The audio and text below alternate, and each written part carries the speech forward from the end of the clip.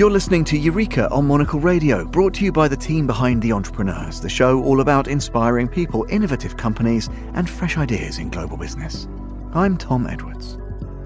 Sarah Bell is the founder and director of Evermore London, a luxury candle and home fragrance company based here in the UK, which she started in 2014 from her kitchen table. A decade later, and with the global home fragrance market valued at over £8 billion, Evermore has more than 60 stockists across the UK, Europe, US and the Far East. These include big department stores like Selfridges and Fenwick, and the brand's about to launch online with Laconicom in Spain. So, how does a truly homegrown brand tap into such a market and, at the same time, stay true to its core principles, even as opportunity is opening new doors? Well, here is Sarah with more on how her journey began.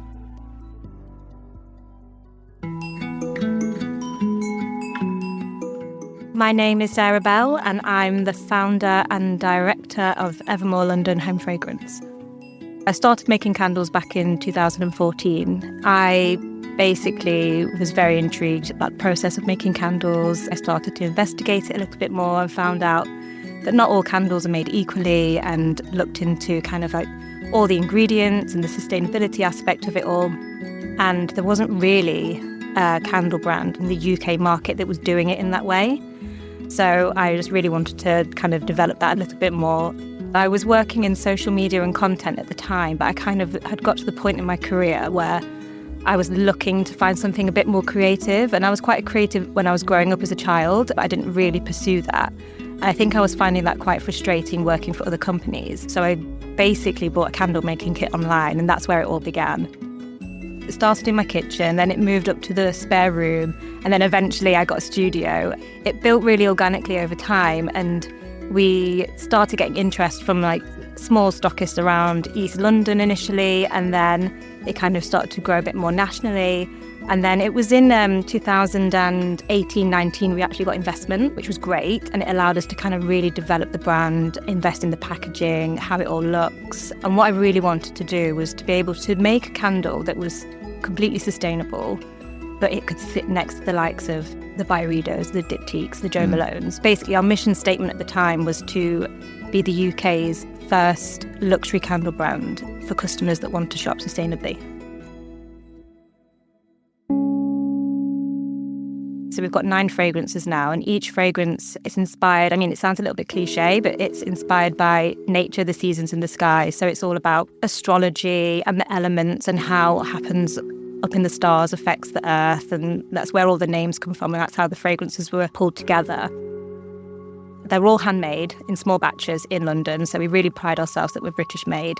We try and make everything in the UK. The only thing that isn't UK made is the glass. We work really closely with GF Smith on our boxes, so that's all here in the UK, and it's really high quality. And I think it just feels like on shelf it looks really beautiful with all the colours, and I think it just feels like a really nice gifting piece for people. It feels like a special treat.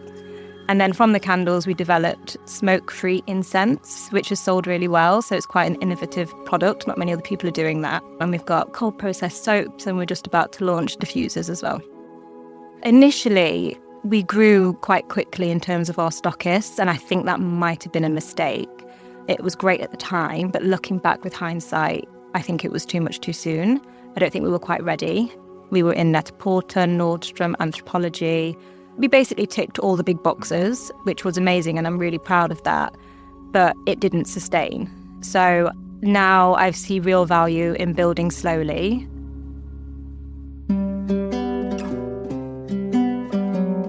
I don't really like to talk about sustainability too much because it's just what we should all be doing anyway, but it was a big part of who we were and what we were trying to achieve. But I think one of the big tick boxes for me at the time, and this was around 2021, 22, we're not stocked with them anymore, but we were with Net-a-Porter online, and they had a net sustain platform, and we had to go through a whole rigmarole of third-party questionnaires to check our supply chain and our production lines to make sure everything was above board. And we were actually, they said, the first ever candle brand globally that they got onto the net sustain platform that passed everything. So that for me was a huge tick box, and I just think the fact that we were able to do that, we've proven our mission statement, and I'm really proud of that. even though it is expected of brands to do this and to live by that, I still think that what we were doing and what we still are doing is important. I think other brands, there's a lot of greenwashing out there, which is such a shame. And I just think one of the big things that we try and educate our customers on is that natural and synthetic, the difference between them and what that means for sustainability. So our candles, we use a fully natural wax that's sustainably sourced. However, our fragrances aren't fully natural. And the reason for that is because if you use a pure essential oil candle, that's a huge strain on natural resources. So we're trying to educate our customers to say, look, natural doesn't necessarily mean sustainable, which is a quite confusing conversation and concept to get your head round. And so we're constantly trying to share information, educate the customer, and kind of explain why we do that, because I think some people get a little bit confused by it.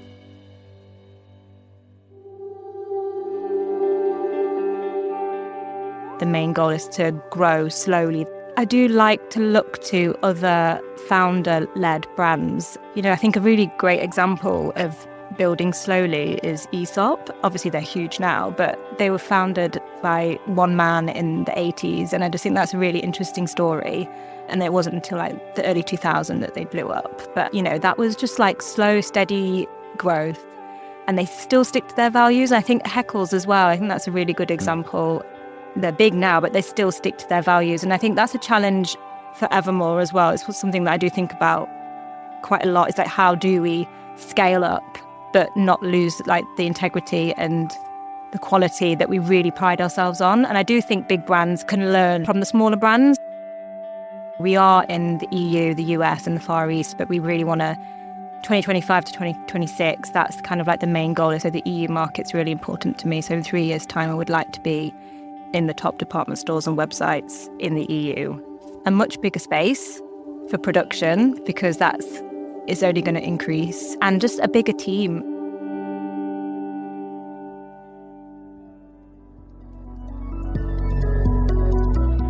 That was Sarah Bell, the founder and director of Evermore London, and you can learn more about the business by heading to evermorelondon.com. And that's all for this episode of Eureka. We'll be back at the same time next week. Do look out for The Entrepreneurs, which is available every Wednesday. Eureka was produced by Laura Kramer, with audio editing by Jack Dewars. Listen again and find out more at monocle.com.